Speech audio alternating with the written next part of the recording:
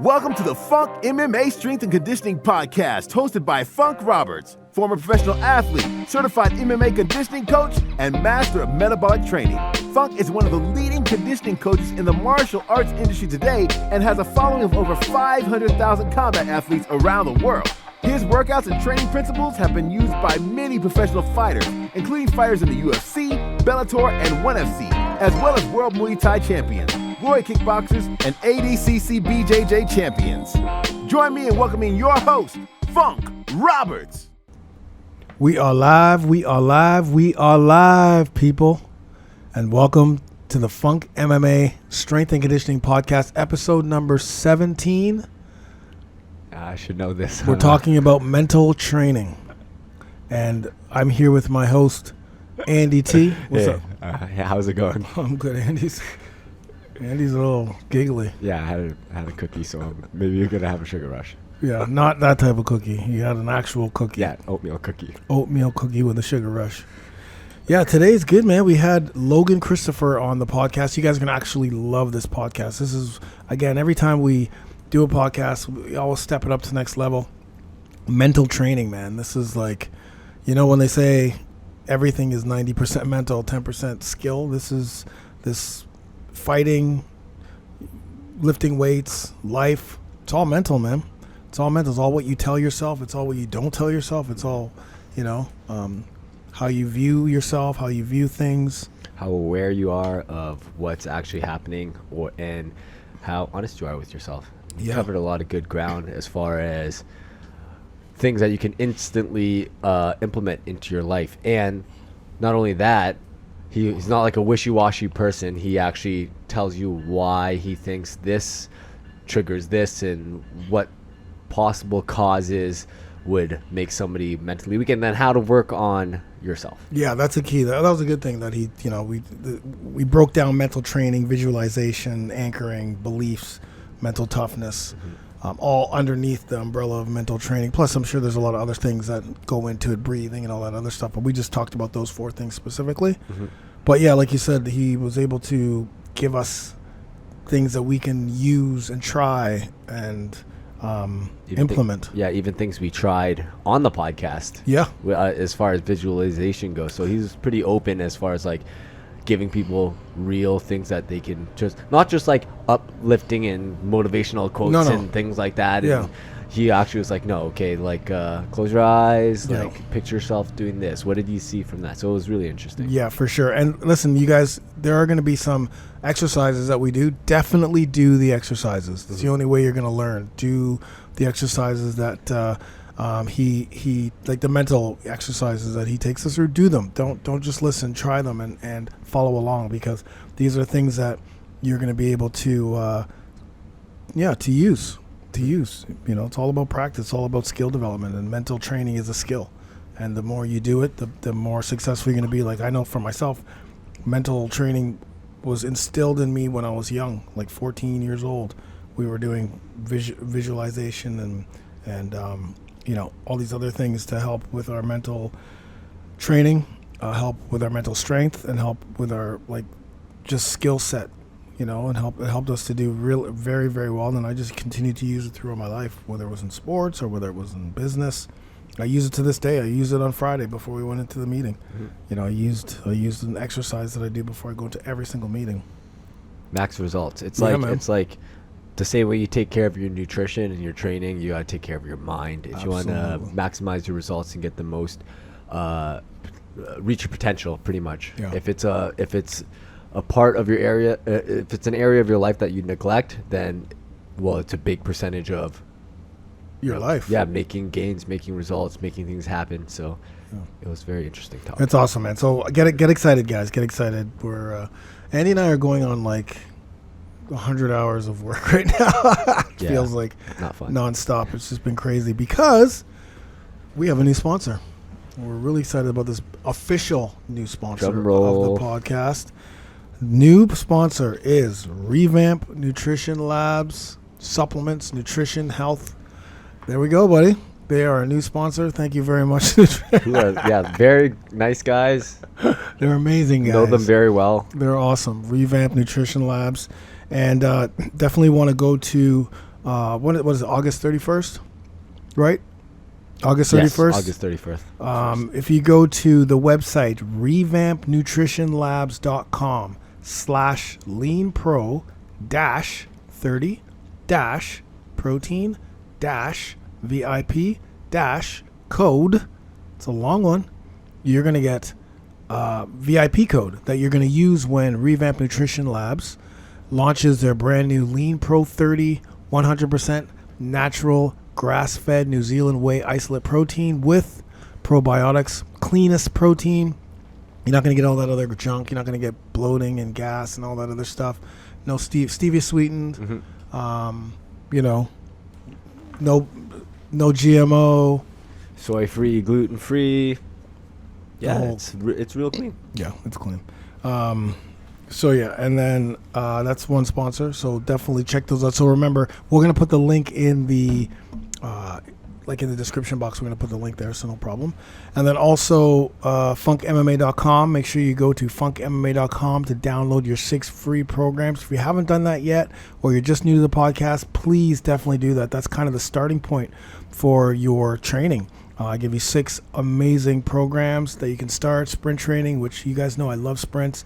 It should be implemented into your training once a week. Ab workouts, 5x5 workout, how not to overtrain, because that's something that a lot of everyone, at some point gets it too excited and trains a little bit too much, fighters specifically. So it's a lot of good stuff. So it's all free. All you need to do is just give us your email, first name, and then I'm going to send you 6 free things that you can start using right away. And our other sponsor, Nutrition for Fighters. If you go to nutrition4fighters.com, you can pick up 3 free nutrition resources. One of them being Funk's 30 Power Foods. Yeah. Number 2, clean cheat recipe meal guide. So just some of the clean sheets that I use when I have need to satisfy a craving, so you can pick that up. And then just a budget meal plan. So how do you squeeze 7 meals for under $15? Just something I used in my less fortunate days of fight camp. Just to get all the proper nutrition in on a budget, because it's hard to eat well. Well, when you don't have a plan. When you don't have a plan. So just make it real easy for you to eat well and save money. Awesome. So where do they go again for that? Nutrition4fighters.com. Make sure you go to funkmma.com and, of course, revampnutritionlabs.com/leanpro-30-protein-vip-code to get your 10% off. Code August 31st. But now we're going to take you to some mental training with Logan Christopher. I hope you guys enjoy this. Peace. Okay, here we go. We are live, everybody. Wow, that was crazy.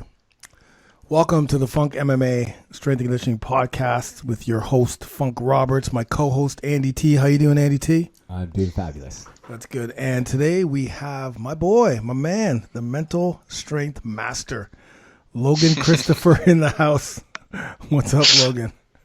I'm doing great. Looking forward to this. Yeah, man, I am too. I think that you have a lot of information, a lot of great content info to help fighters and just the regular public connect their mind and their body, right? I think that's basically what it is, right?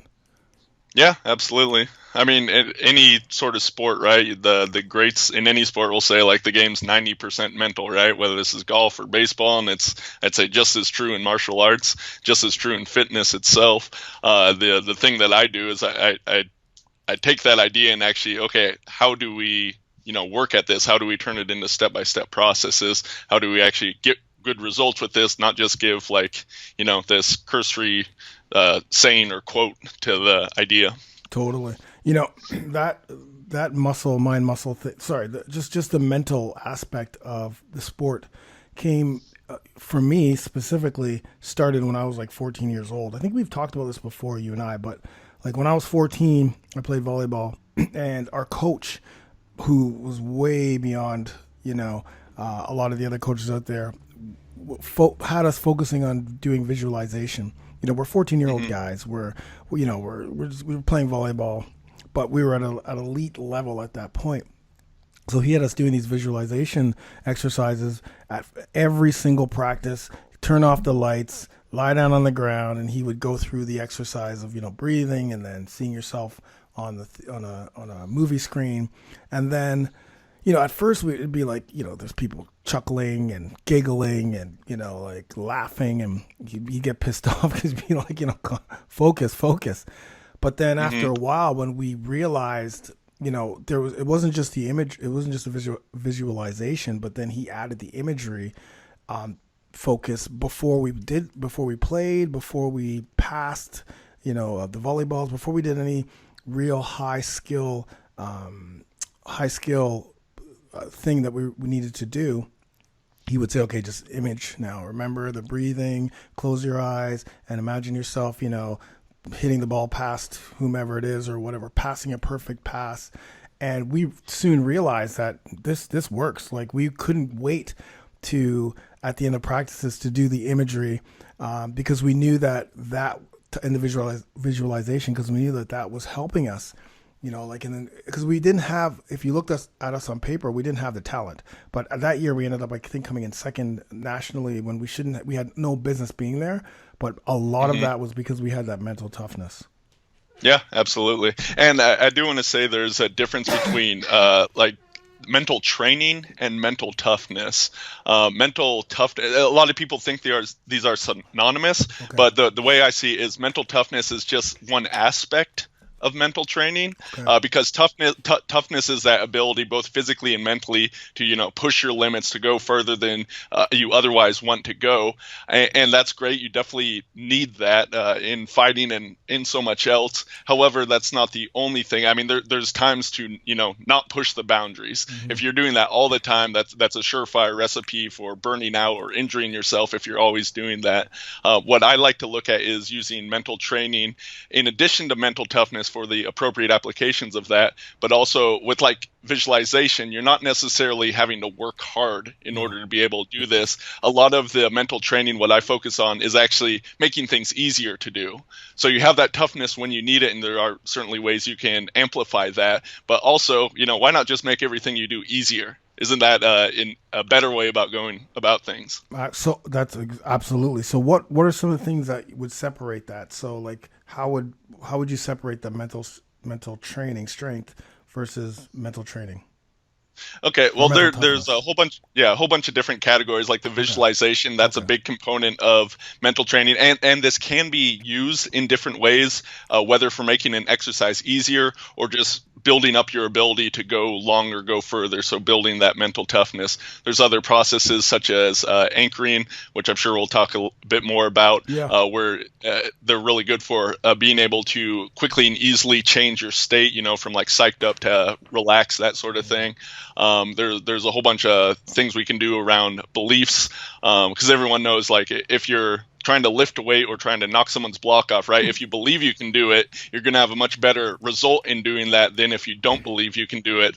It may not be one-to-one match of reality, but certainly you're going to be better off with that belief in place in the first place. So there's all these different tools, and I just see mental toughness is specifically that ability where, you can continue to keep going both mentally and physically with what you're doing, which is absolutely important in any sort of fighting, right? I mean, there's endurance here. So really mental toughness I see as more an aspect of endurance and the many facets of that than many other aspects.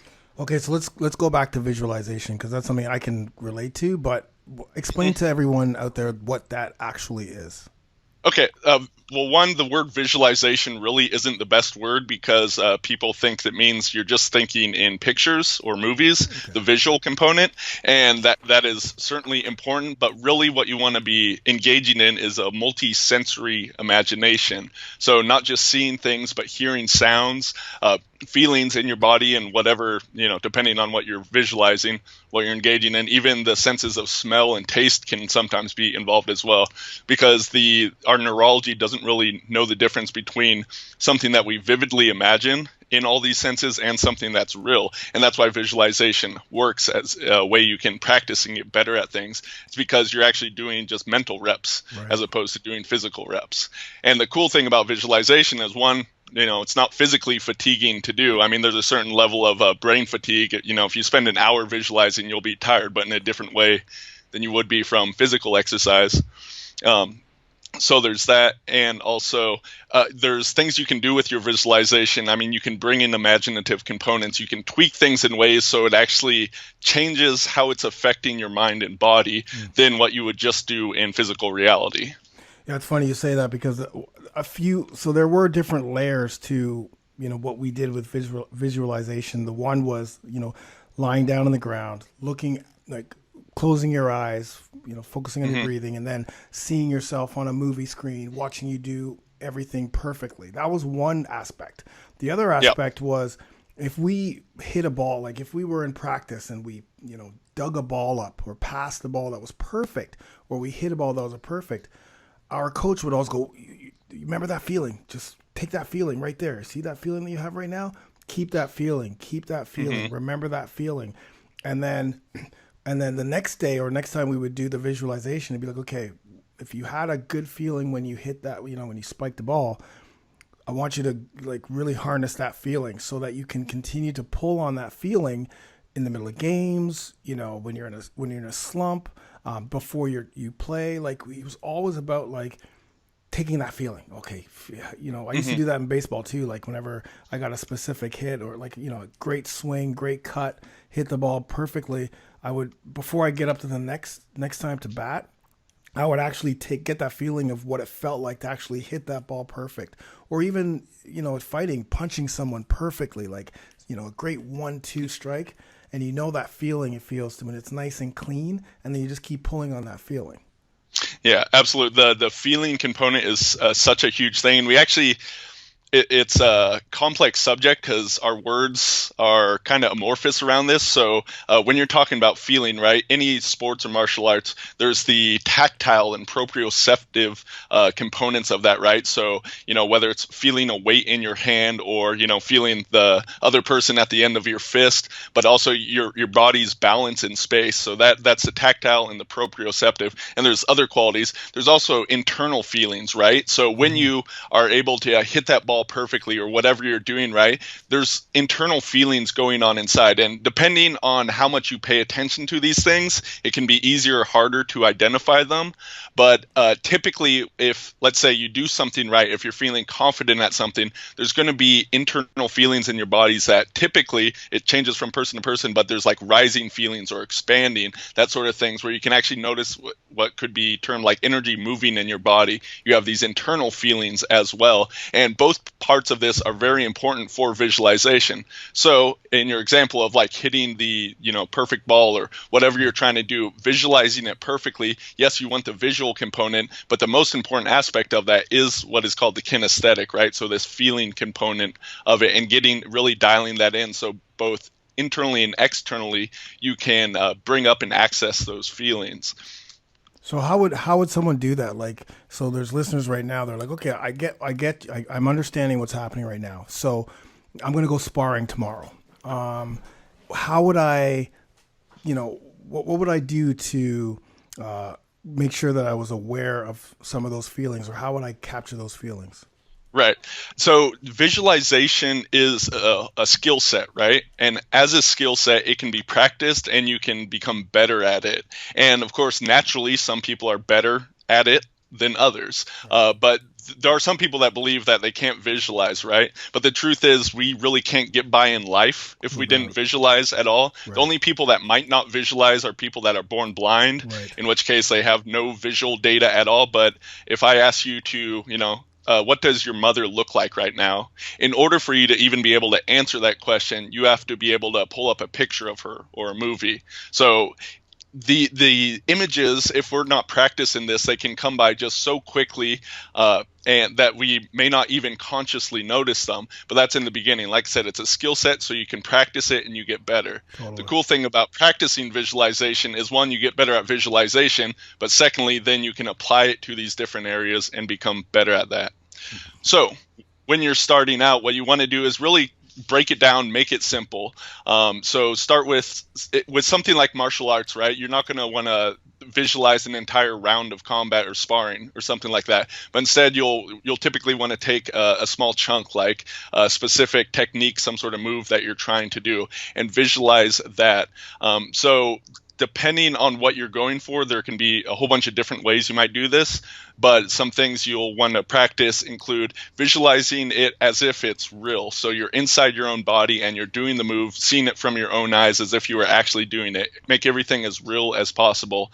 And once again, focus on all the senses. Right. This can take some practice alone, just because, as our focus shifts, we tend to only have some things, but can you imagine it as if it's real? Secondly, you can also see yourself from the outside of your body. So this is like a video camera watching you or another person. Seeing yourself from the outside is going to give you a different angle.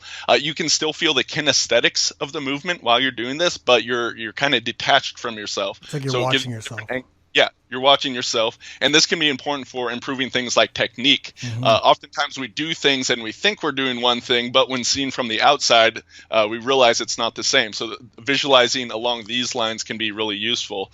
The great Olympic diver, Greg Louganis, he would visualize himself from every single place in the stands doing his dives. So he'd see it from all these different areas. He'd see it from the judge. He'd see it from the top down. He would visualize in all these things just to build up his sensory data around this, the visualization, which the way I believe this works is it expands your neurology around it, and thus you're going to be able to do it much better.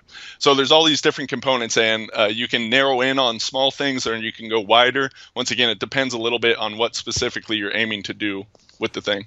Yeah, it's funny because some people, like, I'm a visual person already, so a lot of times when if I'm sparring or whatever, I'll set up a camera and I can go back and look at what I'm doing, thinking, oh yeah, it felt like I looked good, but then when I look at it, it's like, okay, that's not the technique that I wanted. So I get that feeling out of my body, because when I threw the kick, it felt like I threw it perfectly. But when I look back at it and I'm like, oh shit, that was horrible. I want to get rid of that feeling of, the good kick. I don't want to have that feeling anymore, because then I'll continue to kick that way, or at least try to get that feeling of kicking it. But not everyone is visual. Like, I'm visual. So whenever if someone explains something to me, I always have to tell them, can you just show me? And if they show me once, then it's easy for me. But if you try to explain it to me, I'm like, I don't know, I'm not getting it. What about those people who aren't visual? Can they create this? Can they visualize and get benefits from it? Yeah, absolutely. So what you're saying, you are a visual person. So everyone has all these senses, barring like the guy that's blind, that sort of thing. Yeah. But everyone does tend to have one sense that's more dominant than another. Right. So you saying, oh, show me how to do it, and then I'll be able to do it. I mean, that's really useful for any martial artist, because, demonstration of the thing, then being able to feel it kinesthetically within the body and replicate it, that's really going to be a good skill set to have a good strategy for learning how to do these moves. For other people, and here's the thing about these, so we all have the senses, and you could break it down so they're each a skill set. So even if you're not a really visual person, that doesn't mean you can't practice visualizing. You can't review the camera and get stuff from that and get better at being able to use your visual senses at the same time. But if you're not, then some people may need to, walk themselves through the steps in their mind in order to be able to do something. Some people may only just really have a good feeling of it, so it's practicing until that feeling is really ingrained that is going to get them really good at the thing. So a part of this is certainly knowing yourself, knowing what works best for you, and then running with that, go with your strength, but also shoring up your weaknesses. Right. Yeah, that's good. I think, and then when we talk about visualization, we are just talking about kind of, can you give us an example of how someone would do it? Like a quick walkthrough. Right. Yeah. One of the ways that I teach visualization that's a bit different than most people is, there's a time and place to just focus on things realistic, but I like to get down to the kind of individual qualities of the visualization, and I'll explain more of that in a bit. It's because with these qualities that we can take people and get them to become instantly better at something. Can also make them instantly worse, which is kind of fun. It's good for that contrast, but generally we want to get people better. Right. So an example of this, and I have many examples. I've done this with myself. I've done this with countless people, but I took a woman that was able to do 2 one-arm push-ups. Okay, that was the most she had ever done before, which is still pretty strong, right? Yeah, I'm sure you'd agree. Yeah, 100%. Okay, we worked on visualization, and basically what I did was had her visualize the one-arm push-up, how she normally visualized it just by default, just internally, right. Because that explains kind of her mental code for how she represents this exercise and the difficulty of it to herself. Right. Then I had her take another exercise. I believe it was squats, which is, for most people, that have been engaged in fitness, really easy exercise, right? Totally. Same sort of thing. Asked her questions to understand how she internally represented doing bodyweight squats to herself. And there was differences between these.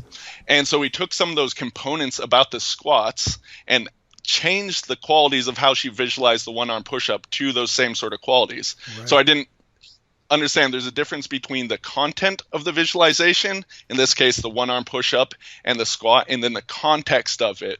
I don't remember the specific details, but I believe in one of these she was inside of her body versus outside looking at herself. In one of them there was different feelings associated with it, what she called confident feelings, which confidence a label, so we had to go more narrow down on what those were, but making her feel those feelings in the one-arm push-up. I believe there was a hue of like a yellow color in her movie of the squats that wasn't in the one-arm push-up, so we mapped that over. And after doing this, mind you, this took maybe 5 minutes with the discussion. She then did 7 one-arm push-ups. Whoa, just like that. She had never done more than 2 before. Yeah, just like that, because she had a mental block about these. So right. This is a bigger degree of change than I often get. But typically, anytime you do this, if you do it right, you can see something like a 5, 10, 20% increase in what people can do. A lot of times you can just break through and hit new PRs like this. Right. That's amazing. Especially, so you're taking an exercise, we'll just use that as an example. You're taking an exercise that you're confident with and taking pieces of why you're so confident about that exercise and just recalibrate, like the color of what you look like when you were watching yourself do that exercise. You put that color into the one-arm push-up? Right. So okay. I'll give you an example, and everyone listening to this interview can follow along, including you, Funk. Okay. And you, Andy, as well. So imagine yourself doing a push-up right now. Okay? Just see yourself doing a push-up. And notice what you notice about that. One, for the stuff we just covered, is it predominantly visual? Do you have a feeling associated with it? Is there any sound in this movie? Now, with exercise stuff, there's often a visual and the kinesthetic, the feeling component, but a lot of people don't have the auditory channel going. But you may hear things like your breathing would be one thing that's typically in there. Other people will hear music, like if they work out to music, that's often a part of that. So just notice what you notice among these. So, Funk, let me ask you, were you inside your body doing the push-up, or were you outside observing? I was outside. Okay, so now, what was kind of the locate? Were you like looking down at the ground, like seeing yourself in front of you right there? Or were you kind of just out in front of you, kind of levitating in a sense? I was kind of levitating, watching myself. Okay. So how big was this picture or movie? It seemed like it wasn't, I could only see myself from my head all the way to like my butt, but I couldn't see my full body doing it. Okay. Interesting. Yeah. So you're seeing it from the side angle? No, that's happened before. I've definitely heard that before. People aren't seeing the whole body involved in it. Yeah, I was looking at it from the side angle, and I was looking at myself. Like when I was doing the push-up, I was looking to the side, looking at myself. Yeah. Okay, so these are just some of the qualities involved. Let me guess, it's in color, right? Not black and white? Yeah, it was in color, for sure. Okay. There's all kinds of other aspects we can go in. Yeah. Tell me, what sort of feeling did you have with it? Did it feel like you were doing the push-up? Oh, yeah. I was crushing it, actually. I was going fast. I was going really fast. Let me ask you this. Did you have any sort of feeling of your legs? No, not at all. Okay. So I asked that because they were cut off in the picture. Therefore, it would make sense to me that you also didn't have the feeling of the legs involved in the picture. Right. Okay, now go ahead and do this. Go ahead and make sure you see your entire body and bring that feeling into the legs as well, and see yourself doing the push-ups some more, just bringing in this new bit of information. Okay, how does that change things? Do you notice any difference in other aspects of the visualization, or how difficult or easy the push-ups seem to be? It was a little bit easy. It was still easy, but my heart rate went up a bit.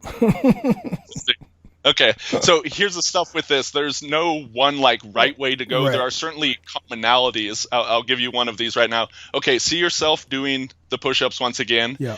And now take this movie and just make everything brighter, as if the lights are turning up on the room. And notice what you notice with that. Yeah. Okay, and what did you notice? Still, I was doing the push-up more, like with more.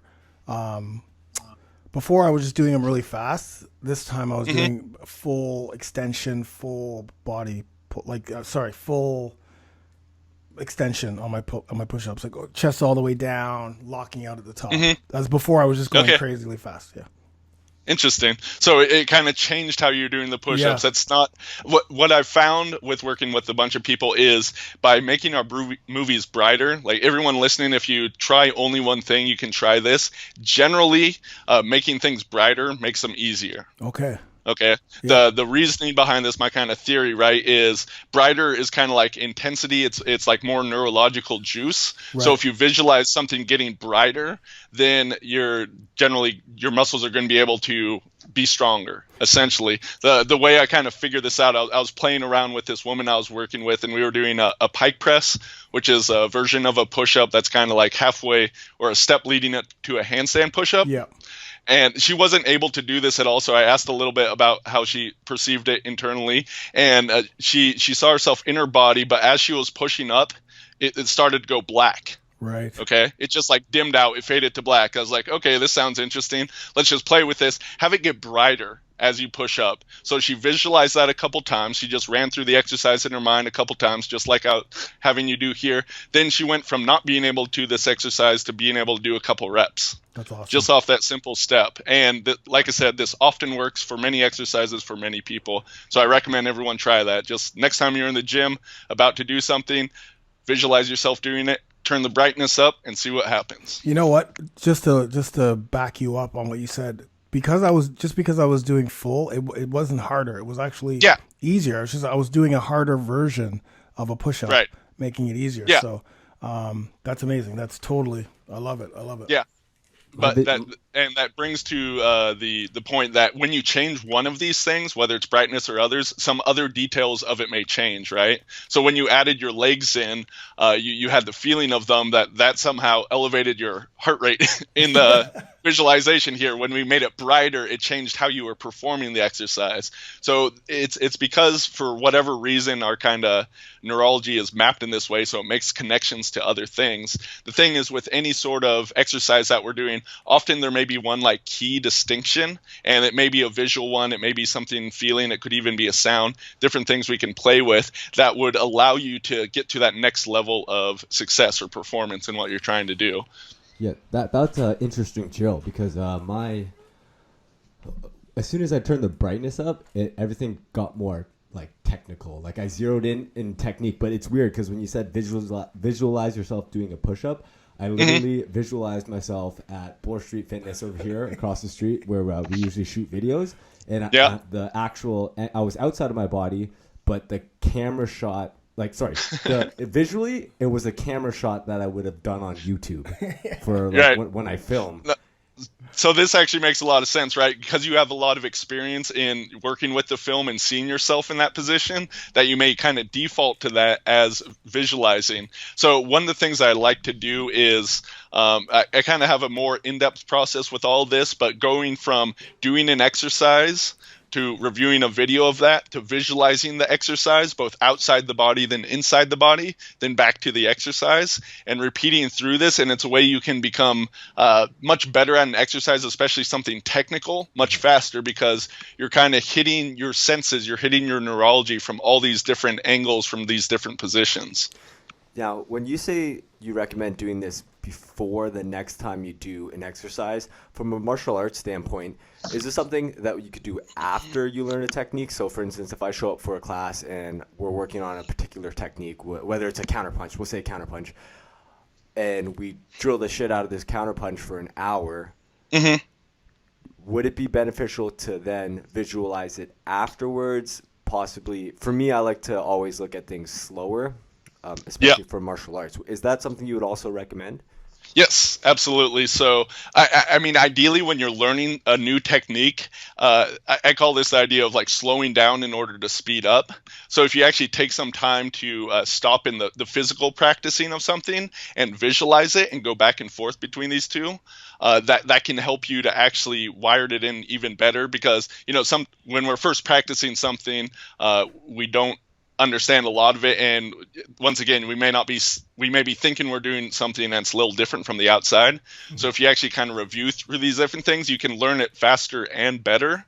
But you know, assuming it's just a class and you got to go through the techniques and you do a lot of drilling, then yeah, absolutely review it afterwards, visualize it then before the next time you're practicing the same technique. Visualization is a thing that you can, you know, do before a workout, during a workout, after a workout, any other time in the day. You really can fit it in where you can fit it in. And is there like a recommended amount of time to spend? Because for me personally, my attention span's pretty short. I think like, I haven't actually spent a lot of time visualizing, but I would imagine it'd be like 15 minutes of like being it. Like one time I did a float and I got into it, and then 15 minutes later I got out of it, and then in my mind I realized to myself that I was out of it. Yeah. You know what I mean? Yeah, it's really going to depend on the person. So in general, you know, there's probably a point of diminishing returns. So in general, the more you do, the better it's going to be, right? If the game is 90% mental, should we perhaps spend 90% of our time on the mental game, not the physical game? Realistically, I don't think anyone's going to do that. But just the more time you can spend, and yeah, it can be quick, short amounts. 15 minutes, I mean, 15 minutes can still be a lot of time for people. So, you know, if you spend 1 minute visualizing, you're going to get some results with that. You're going to get some tangible benefits. So even little amounts sprinkled out through your day. If you don't have a long attention span, just do a little here, a little there, and so on. And, you know, it won't really add like I have to do this hour-long session of visualization my day. That can be great. By all means, you can go for that. Find what works for you with this. Yeah, you know, I always when I'm lifting, back actually I shouldn't say now, because usually now I do circuits, but back in the day when I was doing bodybuilding style workouts and exercises, you know, before I would do a set, I would always close my eyes and feel myself and see myself doing, you know, 6 extra reps of that exercise, and then right away. Great way to do it. Yeah, and I mean, I just again, it's most likely from what I learned when I was younger through volleyball, but I always use that, and even now when I if I know that one of the exercises is going to be like snatches, heavy snatches, I'm always, you know, you got to attack the weight, so I'm always trying to get that feeling of attacking the weight before. And I think Andy and I talked about this the other day when Andy's doing some strength and power lifting and stuff like that, so his coach told him that he needed to kind of, you know, be more aggressive in that as well. Yeah, so that kind of brings up the whole other section of mental training, which I mentioned a little bit, anchoring. Right. Okay. Good. Perfect segue. Yeah, I'm very practiced in the segue. Wait. Before we go into segues, okay, how do you know all this? So I've studied a lot. So a little bit of my backstory. Yes. I'm not naturally strong or athletic at all. I was the proverbial 98-pound weakling entering high school. I played football, was never any good at it. I wasn't fast. I wasn't strong. I wasn't enduring. Like I kind of sucked at all this stuff. Right. But I got into exercise. I found out about bodyweight exercises in, I believe it was my senior year of high school. Yeah. And for whatever reason, that kind of just got me, because before I was doing like bodybuilding type stuff in the gym, that was all I was exposed to, and I never got much in the way of results. Granted, I was doing like everything wrong, but when I found out about bodyweight exercise, I kind of fell into like principles of good training with that. Right. So I started to actually see results, and then bodyweight exercises led to kettlebells, led to old time strongman, led to the wide variety of things that I do. So not being naturally strong or athletic at all, but I got into this stuff and wanted to become really good. Like I read a biography of an old-time strongman. It's like, I want to do feats of strength like that. So I set out to do it. Yeah.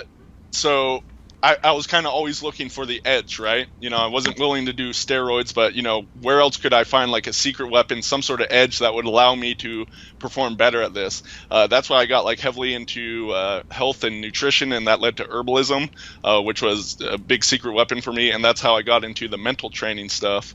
I actually ended up training with a guy, John Law Tourette, who's a martial artist, does Kempo karate, kind of old school guy, but he worked with all these different systems like hypnosis and neuro-linguistic programming, even energy medicine stuff, and applied it to his martial arts. So when he became a mentor of mine, I was like, oh, I'll just take all these same sort of things and apply them to my strength training practice. And so I'm now an NLP trainer. I've done all kinds of classes and training and all kinds of stuff on this. And I just took what was available in other fields and applied it. So everything I've been talking about here today, really the majority of it comes from neuro-linguistic programming, which is kind of a method of kind of stepping behind in your mind and like seeing what's going on in there, and then being able to make changes and replicate things from people that are successful in your own mind, and thus have success in physical reality. That's amazing, because just you know, I've seen what you do with the kettlebell. You know, the 100-pound kettlebell. No. The snatch? Yeah, 106-pound kettlebell. So my goal right now, haven't quite hit it yet, but I'm closing in on it. It's a 106-pound kettlebell, 48 kilograms, snatching that 100 times in 10 minutes. Yeah. That's my goal. At this time, my best is 91 reps so far. People, I've seen this on video. I'm sure you have that out there on video. Lots of videos. Yeah.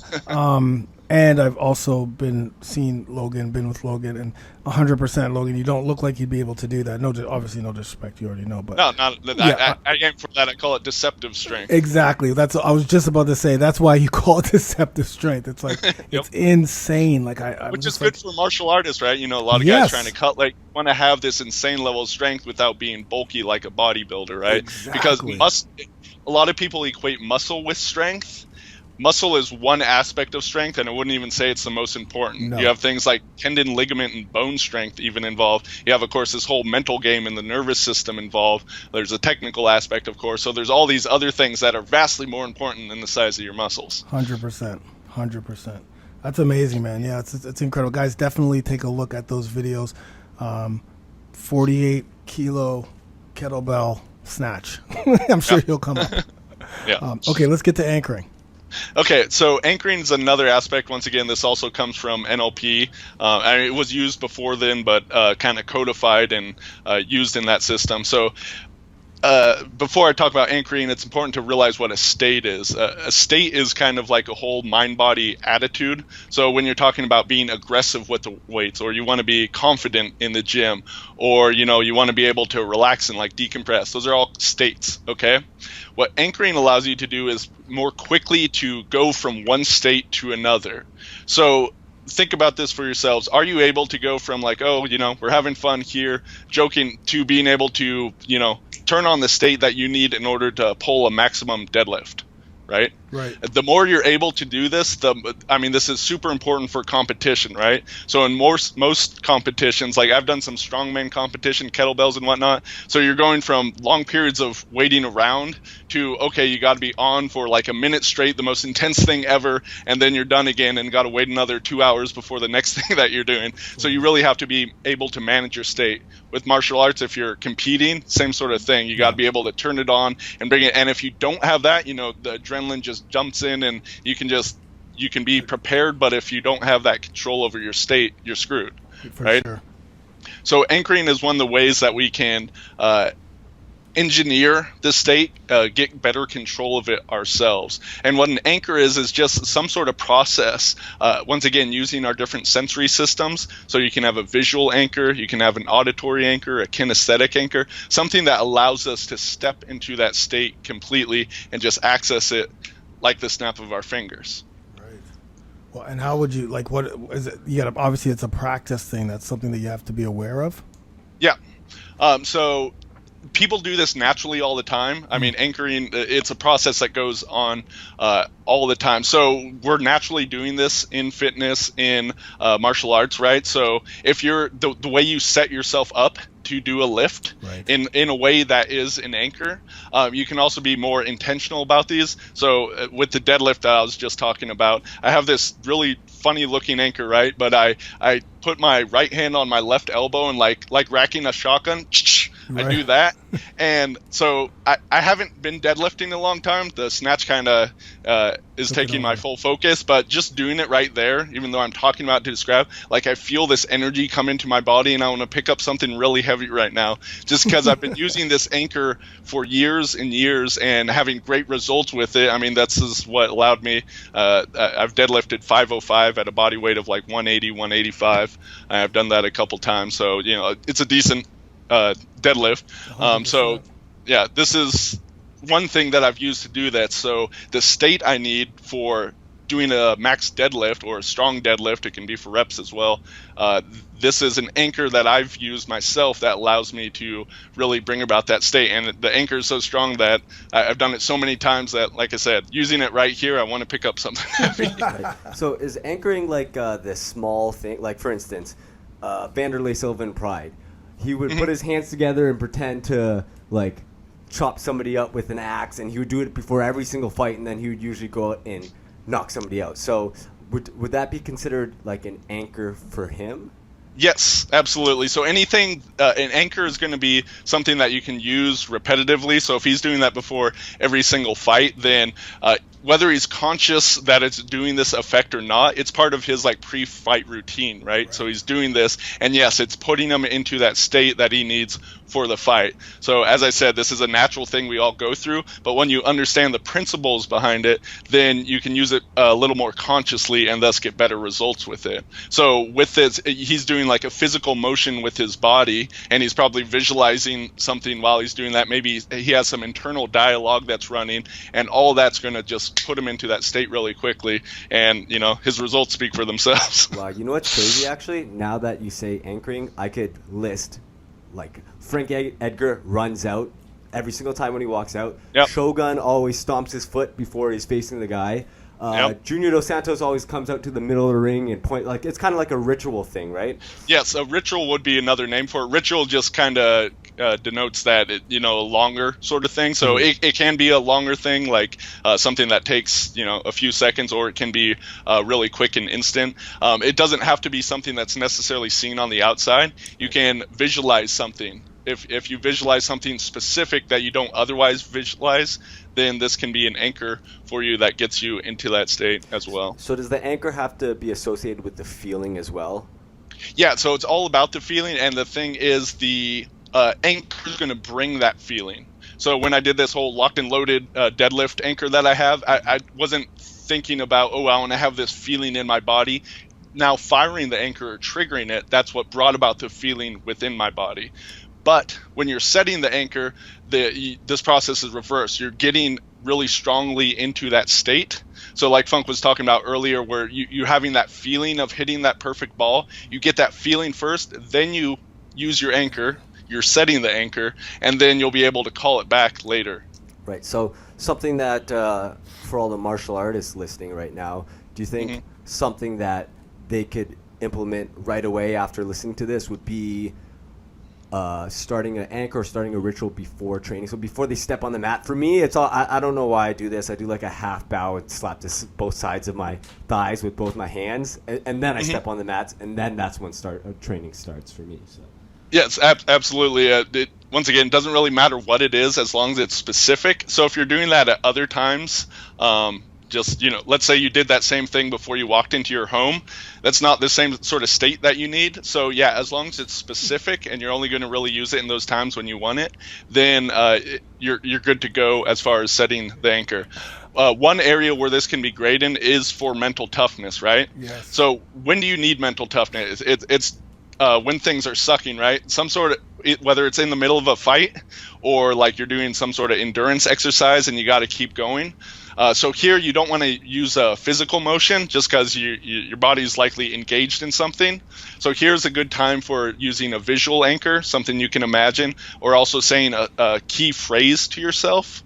By doing this, it can, you know what happens when you're in the middle of it, right? And you're having doubts about yourself or your ability to keep going, all sorts of different things. You can think about quitting, that sort of thing. By having an anchor, it can just kind of refocus your mind and keep you on track towards, whatever end goal you're going for. So this can be a great place to really establish a strong anchor for mental toughness. So one way you can go about doing this is to pick some times in your life, past memories where you were really mentally tough.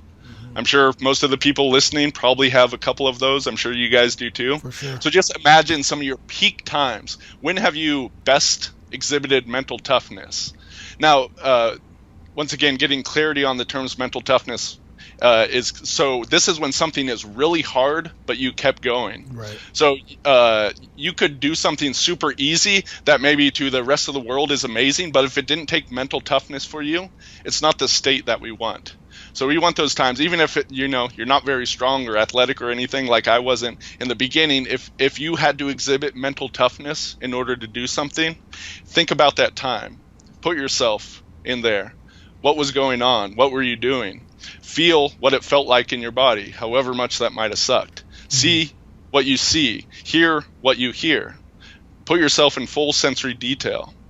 Now imagine some sort of anchor, something visual you can see, or some key phrase that you can say to yourself. And once again, these need to be specific, so something you wouldn't use at other times. Just using the words like mental toughness, if you're having a conversation like this, it's going to be triggering your anchor all the time, so it's not going to fit.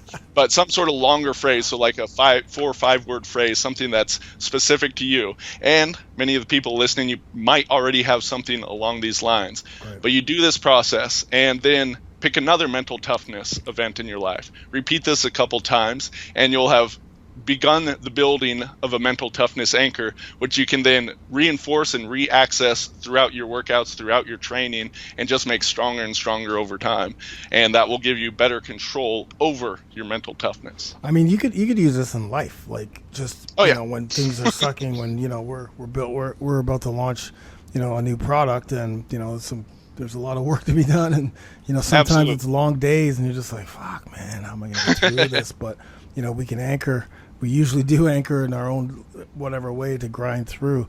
But it's funny. Jeremy Stevens, who's a UFC fighter, he talked about going on really long runs, not specifically for the cardio benefit, but just for the mental benefit, mental toughness for him. He said, because there's a lot of times during a long run, and when I say long run, I'm talking like an hour and a half, you want to quit. And there's a lot of times he wants to quit, but what that does is it helps him to train. And I guess what he's really doing is building little anchors that'll help him get through those long runs, and then he can, replay that kind of whatever the phrase or whatever he uses. I'm not even sure what it is, but he did mention that, it's those long runs that are just mental, because there's so many times you want to quit.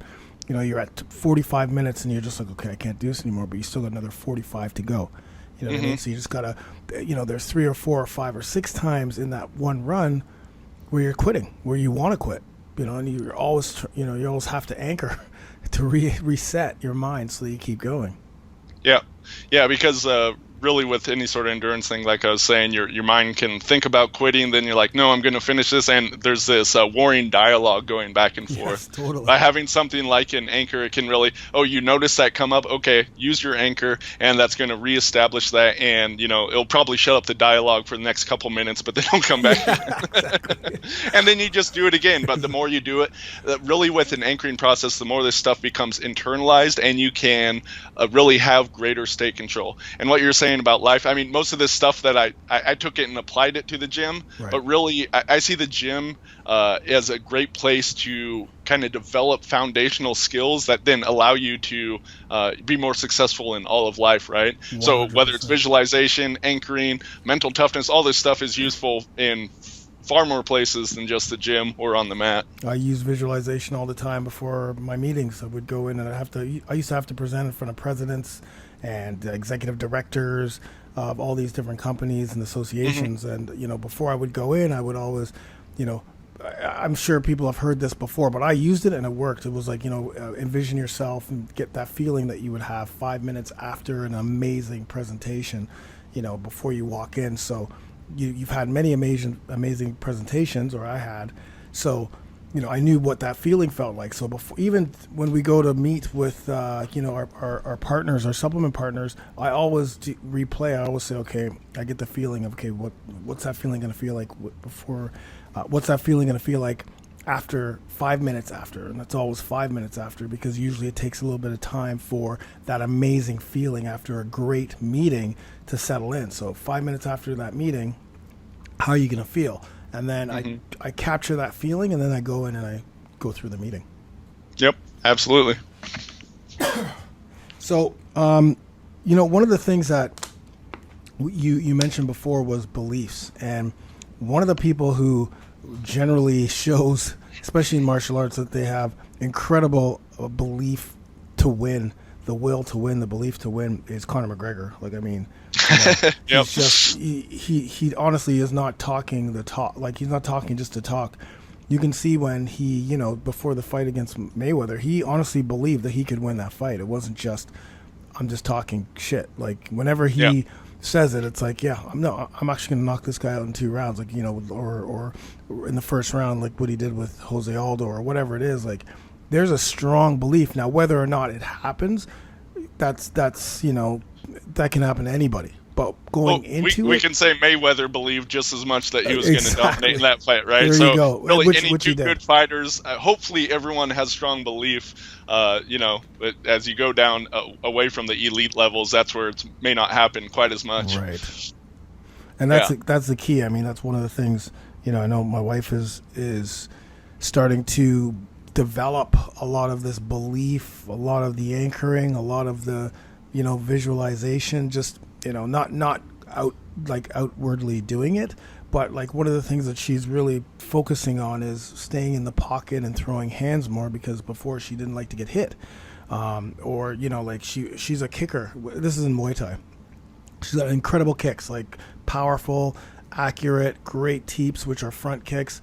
And she does have beautiful hands. It's just she just gets very timid when she's in there. Now she's creating the environment where now when she goes, she's just like, I just got to stay in there and, take some of the hits and try to counter and try to punch at the same time, and really starting to create a belief that, I actually can sit here and box with these. Because usually when she's sparring with guys, right, guys that are bigger and whatever. So there's already that, like, I'm already she's already a little overwhelmed because she's fighting guys, but now she's staying in there, and it's kind of a belief that she's starting to create. Yeah, and beliefs, really, this is how we operate in the world. We build up beliefs through our experience of things. Now, the way I look at beliefs is not whether or not they're true, but whether or not they're going to be useful for me, right? Because the truthiness of something is kind of hard to determine anyway. So whether or not it has utility is a better way to go about it. So I can believe that I can't lift this weight, or I can believe that it can. Which one's going to be more useful? Yeah. I can believe I'm going to beat Mayweather or not. Which one's going to be more useful? Whether or not that happens in actuality, at least by having the belief, you're going to do a much better job at it, right? Totally. And this determines so many different things. So, for instance, I'm working with a woman right now as a coaching client who's, her big goal is weight loss. So all this stuff plays in there. You can bet people have beliefs about food and different things that they got going on, and internal dialogues going back and forth. So there are so many different ways to apply all these different tools that will help you get about better results for what you're going for. Now, when you see, because I see this all the time, there's like 2 scenarios. One, somebody that doesn't have the skill to back up their belief, but ends up, so if you have a less skilled fighter, but he believes in himself so much, and he goes to compete and he wins, okay, that's one scenario. And then you have the flip side, where you have this incredibly skilled guy who doesn't have the belief or doesn't have the confidence, but has the skill. How do you train the person with the skill but not the belief? Right. So a variety of different ways of doing this. I mean, one the just kind of natural that would happen over time is, if he gets in enough fights and, he gets comfortable in that position, eventually starts winning, that belief would naturally kind of come. But a shortcut to this process, it does depend on why does he not have that belief in there. There could be, basically childhood trauma issues or different things. So there are ways about going in and re-encoding past memories, past experiences. So kind of like we were doing with the mental toughness, right? We were re-experiencing that mental toughness event in order to establish an anchor or to re-access that feeling right now, right? So memories of different events, we can build beliefs off of those things. So let's say this kid got in a fight a long time ago and he got his ass whooped, and he just because of that event, he doesn't have confidence in his ability, even if he's been building his skill a whole bunch, right? So we can go in and go into that memory, and there's a bunch of different ways in which we can recode this so that he could take a different kind of effect from that. So that event, if we say that's a cause, the effect might be, oh, I suck at fighting, or, oh, that's when I learned I needed to learn these skills, and then I could begin to get better at them. And something like that, if you can really build it in where they accept it into their neurology, that's going to then allow the belief to transform. There's all sorts of different processes, different ways we can go about doing this. But yeah, if you can narrow in on where they're having a issue like that, then oftentimes it can be built up. Yeah, I was just talking to a boxer this past weekend. Flavio, if you're listening, I know you're going to be listening to this because I'm going to bring this up specifically because you asked. Well, just specifically because this is definitely something that he has a problem with. So Flavio's got a great skill, great technique, great skill. His talent is amazing, but he even recognizes that he's just something about him not pulling the trigger. And he just, he gets into these situations and these fights where he can't tap into whatever the aggressiveness is or whatever it is for him to pull that trigger, which is holding him back from going to that next level. And he recognizes this. He knows. He's like, I don't know what it is. I don't know how I can get there. And a lot of people, even there's a few UFC fighters that talk about, like Donald Cerrone. I've heard him in interviews talk about how he's always a slow starter, and so he's just like, I don't know what it is. Why am I slow? I just don't know what I need to do to change that fact that I'm a slow starter, or and again, like this boxer here, he doesn't know what he needs to do to pull that trigger, what it is. What would you say to them? What would you, especially to Flavio? So it really depends on the individual circumstances, and ideally, working with someone like that, I'd want to interview more, find out some different things, and then kind of structure where we went as far as that. Just some idea. If you're like a slow starting, right? Could you just visualize yourself a couple of rounds already into the fight, and therefore you've done your slow start, and then you can go out and just start from there. Right. So it really depends on the specific circumstance, but there's a whole bunch of different things. So if it's a lack of confidence, there's ways of building that up, kind of like similar to the anchoring process, but there's ways that can do it. But it really depends on why that belief is there in the first place, and then that's going to kind of tell where we can go from there and how best to fix it. There's going to be a lot of people listening to this, fighters specifically, who understand that they lack that switch. And what would you suggest they do? Like for him, he understands. He knows, okay, I want to get to the next level, but I know that this is holding me back. What should I do? Should I go see somebody? Should I go, what would be the first step for that person, do you think? Yeah, they can email me, and then we can explore it a little bit. I like that. I'll let them know. What's your email address? Logan, Logan, at legendarystrength.com. Perfect.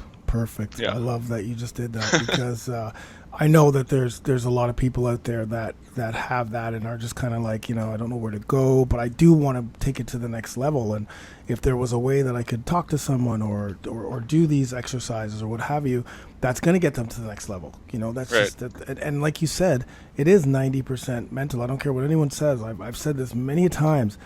I was a shorter beach volleyball player at 5'10", and I played against guys who skillfully were better just because they were taller and they just had they were younger and but mentally they were just mental midgets is what we would call them. And I knew that, the longer we were out there, the more I just frustrate them with, side outs or whatever, get a block here or there, they were done. And you could see it. You can see that they're done because they don't have that mental strength to anchor and get them back into the game. Whereas I've many times, and again, it's from my training when I was younger, I'm able to anchor at times, because there's times where, you're in the middle of a game, you get blocked 2 or 3 times, like, oh God. And one way you can go is like, okay, you can, every time you go up to hit, you actually look into the block. And the other way you can go is, okay, I got to look somewhere else and focus on hitting somewhere else. See this in tennis a lot too. Tennis players will go on a slump during a match. They're up 4-1, and next thing you know, they lose 6-4.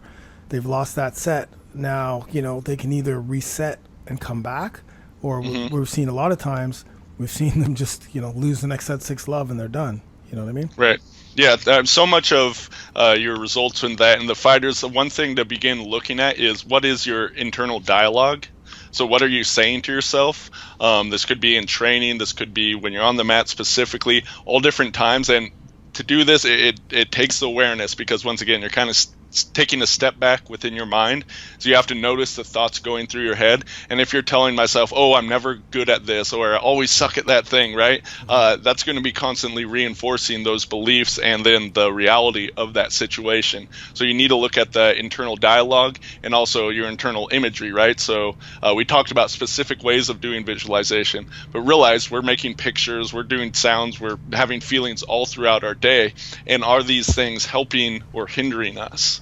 That's really going to dictate our results, because it's great if you spend 5 minutes, 15 minutes visualizing specifically, but realize you're visualizing throughout the whole rest of your day. So you might be undoing some of that work if you have bad beliefs there, negative internal dialogue, that sort of thing, that's going to stand in the way of those results. So once again, it does you have to get into the specifics to find where the issue lies with a person, but beginning to bring awareness to that's really going to help people. Now, you talk about inner dialogue a lot. Do you think it's equally as important what you vocalize to other people, or how, like you said, if you always say internally that you suck at this or you suck at that, externally, if you vocalize that same feeling, do you think that also plays a role? So if I told myself, or if I told other people I was good at a particular skill, and outright told people, do you think that would in turn change how I actually view it? And there's a couple different pieces to this. So there's what we say to ourselves internally, and then externally to ourselves and others. So one important component is the words that we say. Okay, so what you say, the words. The other components is how we say it. So whether it's internally or externally, there's a difference between I'm good at this and I am good at this. Okay, there's a different feeling to those words. And once again, they can be those same tonal qualities, the same tone of voice, the volume, those sort of things can be happening internally. And we even have internal voices that aren't ourselves. So, Funk, I imagine from the coaches and different people over the years, you probably hear them sometimes as you're doing your training, some other voices, right? Yep. So we can internalize other people's stuff. So if we go out and start telling people that we're good at something, that can be helpful. One, you want to look at the feeling you have with that. If you're just lying to yourself, you're really reaffirming that feeling. If you have that negative feeling, as you say, oh, I'm good at this, but you have this sinking feeling in your chest, that's going to be actually strengthening the negative aspect of that. So it depends on some factors there, but you want to look at these different qualities. But if you can, fake it till you make it, I think you want to look at these other qualities in order to make sure that's all right and that's all working in an aligned direction. But you can start to do things, and certainly saying things externally, saying them out loud, even if just to yourself, that can be another component in beginning to own it as well, because you have feedback from your own ears hearing your voice versus it just being a voice in your head. And then with that being said, it just kind of popped in my head, but I'll do that for other people. So if I'm cornering or I'm coaching somebody, for instance, there's a young kid, Davis, who had his first kickboxing fight a couple months ago, and right before he went into the ring, I just whispered in his ear, "It's your time. Like, you train for this, et cetera, like not ever bringing up any doubt or any negative feeling. I always just said, "You are ready," and then he went in and then won his fight. So yeah, nice. I try to do that for other people. Yeah, so this stuff I'd say is even more important if you're coaching a person. We get into a whole nother layer of different aspects. So if you're coaching people, do you realize, are they predominantly visual or kinesthetic or auditory? If you realize this, then you can say things in the terms that work for them. You can begin to set anchors for them yourself, or things you can say. So if you say the right phrase, the tonal quality of it as well as the words, that's going to help someone to excel better. Recognize that some people are more motivated towards something. For some people, it actually would be better to say, don't go and lose right now, because that's going to turn them on in the opposite direction, and they're going to be like, no, I'm not going to lose, and I'll show you what I can do. So you want to recognize the qualities of that person, so as a coach you can best get the best results with them. That's awesome, man. That's amazing. A lot of good stuff here. A lot of good stuff. A lot of takeaways for people. My number one thing to tell everyone who's listening is, something that Logan talked about today, or any of us talked about today, probably struck a chord with you. Probably were like, yeah, I get that. Take that, what you heard, maybe replay that part of the podcast, and then start to practice it. You know what I mean? Like, we gave you a lot of stuff here, but you just want to take it in bite-sized chunks. So something struck a nerve with you, and whatever it was, take that and start practicing that, and that's gonna open up the doors for you to start exploring other things when it comes to mental training. And I think that's the best way to take this, because sometimes we get overwhelmed with the info and we're like, okay, we're back at step one. But whenever we do these podcasts, I really want to make sure that anyone who's listening can take something from it and actually start to apply it. And would you agree that that's probably the best step, Logan? Yeah, just talking about mental training or thinking about it's not going to do all that much. You do need to actually go out and do things with it.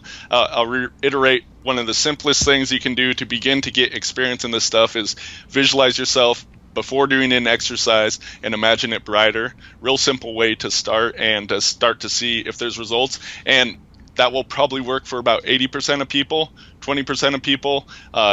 The brightness may not be the main driver, or you're just doing it wrong, so you need to practice it a bit more.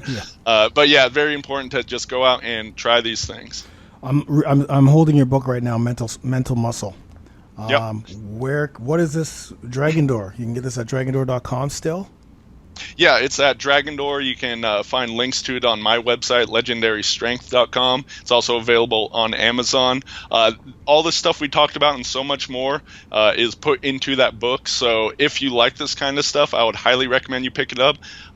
Considering I paid probably 5 figures for the training that I developed that I've written to that book that you can pick up for something like $10 to $20. It is well worth it, and that will really build upon the stuff that we said here, as well as give you far more tangible drills that you can do using stuff like visualization, anchoring, belief processes, all that kind of stuff and more is in there.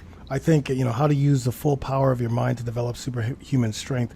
I think if at anything, this was where people can start, yes, emailing Logan for sure, but grab this book. It's at www.dragondoor.com, Mental Muscle. Grab the book, because this will be the starting point that you can use, something tangible that you can use. And there are exercises, and you explain everything in this book. It's easy to read too. It's a good, nice, easy read.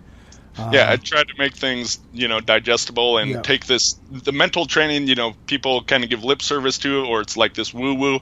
I like concrete, tangible, step-by-step processes that people can do, because that's what's going to get them real results. I would invite people, in addition, definitely pick up that book, but legendarystrength.com. I write about mental training a whole lot of different ways, so you'll find many different articles on the subject there. You can also check out the videos of me, swinging around 100-pound kettlebells and pulling fire trucks by my hair. That's right. All kinds of other fun stuff too. They will see a picture of you if you're on YouTube. If you're listening to this or watching this on YouTube or listening, they'll see a picture of your long hair. He still has the long hair. Still has the. I haven't pulled any vehicles in a while, but you We only may really have to do that in kind of Orleans. thing once. Maybe I'll pull it with my beard. You can pull it with your hair. Where else can they reach you, Logan? Anywhere else? Anything else you want to plug? Yeah, my main site's legendarystrength.com. There's also lostempireherbs.com. That's the whole herbal supplement Yes. stuff. Kind of my other secret weapon. Maybe we Yes. do another call sometime to talk about that stuff, because We are that's going a to. whole other field that's a lot of fun to me. But yeah, those are two main websites. Yeah, we're gonna definitely get another call because we're gonna talk about breathing, which is huge. And we just didn't have time, but we're gonna talk about breathing. We're gonna talk about the supplements. And yeah, man, thank you 1 gajillion% for coming on today, man. This was amazing. I love it. The information was amazing. It brought me back to things that I've learned that's helped me to be successful as a professional athlete and in business, and now even moving into martial arts. Just at an older age, going on into fight. I had to definitely, because my technique and skill is not where it would be, but I had to pull into some of my mental training from the past to help get through a lot of things. So there's never too late to apply that mental training, and it's never too late to do any of these things. I think every single person listening to this should gravitate a part of their training and to make mental training part of their regimen. Yeah, absolutely. Had a great time. I always love talking about this stuff, and it serves a good reminder for me. School's never out for the pro, so I'm constantly working at the mental side of things and need reminders myself and everything. But this stuff works. I wouldn't be doing it if it didn't. 100%, man. Thank you so much, Logan. Thank you. Thank you. That was gold. Yeah, absolutely. Thank you. All right, guys. We'll talk to you soon. And like we always say, man, stay positive, stay focused, try to be 1% better than you were yesterday. Start using mental training and get it done. Talk to you soon. You've been listening to the FunkMMA Strength and Conditioning Podcast, hosted by Funk Roberts, certified MMA conditioning coach, master of metabolic training, and fitness expert, bringing you insights on conditioning for all levels of fighters worldwide. Be sure to join us for another podcast.